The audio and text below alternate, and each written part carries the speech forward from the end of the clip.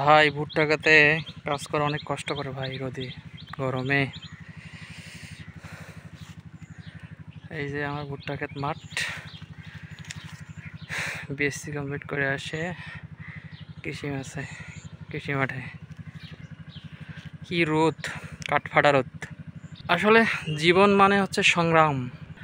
সুস্থ থাকতে হলে অবশ্যই পরিশ্রম করতে হবে। যতই পরিশ্রম করবেন শরীর ততই সুস্থ থাকবে, এতে মানসিক অবস্থা অবশ্যই ভালো থাকবে। শারীরিক পরিশ্রম করলে শরীরের অর্গানগুলো ঠিক থাকে।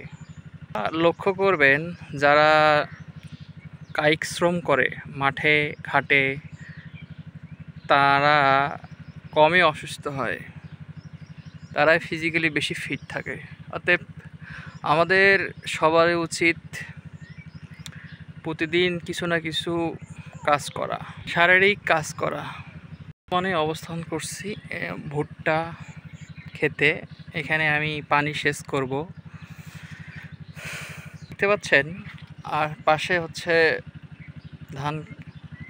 ধান ক্ষেত অলরেডি গামো হয়েছে, পাশে হচ্ছে ভুট্টা ক্ষেত। একই সাথে পাশাপাশি দুটি শস্য। সকলে দেখতে পাচ্ছেন ভুট্টার মোচা। এখানে হচ্ছে ভুট্টার দানা উৎপন্ন হবে। এখন এটা কাঁচা অবস্থায় আছে। এটা পুরোটা হতে মোটামুটি মেবি আর 1 মাসের মতো লাগবে।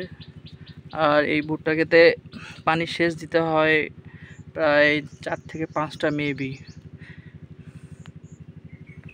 ধান হলো বাঙালির প্রধান খাদ্যশস্য। এক সময় আমাদের বাংলাদেশে পাট খুব পরিমাণ উৎপন্ন হতো। পাটকে বলা হয় বাংলাদেশের সোনালী আঁশ। আর এখন পাট প্রায় বিলুপ্তির পথে। এই যে এই ভুট্টা ক্ষেতগুলো, আগে সেরকম ভুট্টার শস্য এরকম আবাদ হইতো না। ইদানিং ভুট্টার চাহিদা বৃদ্ধি পাচ্ছে, বাজারজাত হচ্ছে। এই ভুট্টা শস্য প্রোটিন প্রচুর আছে ভুট্টার মধ্যে, এবং এটা বাজারে মোটামুটি ভালো ন্যায্য মূল্য পাওয়া যায়। বিঘা প্রতি বা হেক্টর প্রতি মোটামুটি ভালো পরিমাণ শস্য পাওয়া যায়। তবে এটাতে সেরকম কোনো রোগবালাই হয় না। মোটামুটি আবাদ করলে ভালো অর্থ উপার্জন পাওয়া যায়। আমি বর্তমান অবস্থান করছি বাংলাদেশের উত্তরাঞ্চল জেলা দিনাজপুর ফুলবাড়ি থানার অন্তর্গত উত্তর রঘুনাথপুর চন্দ্রপুর পাড়া।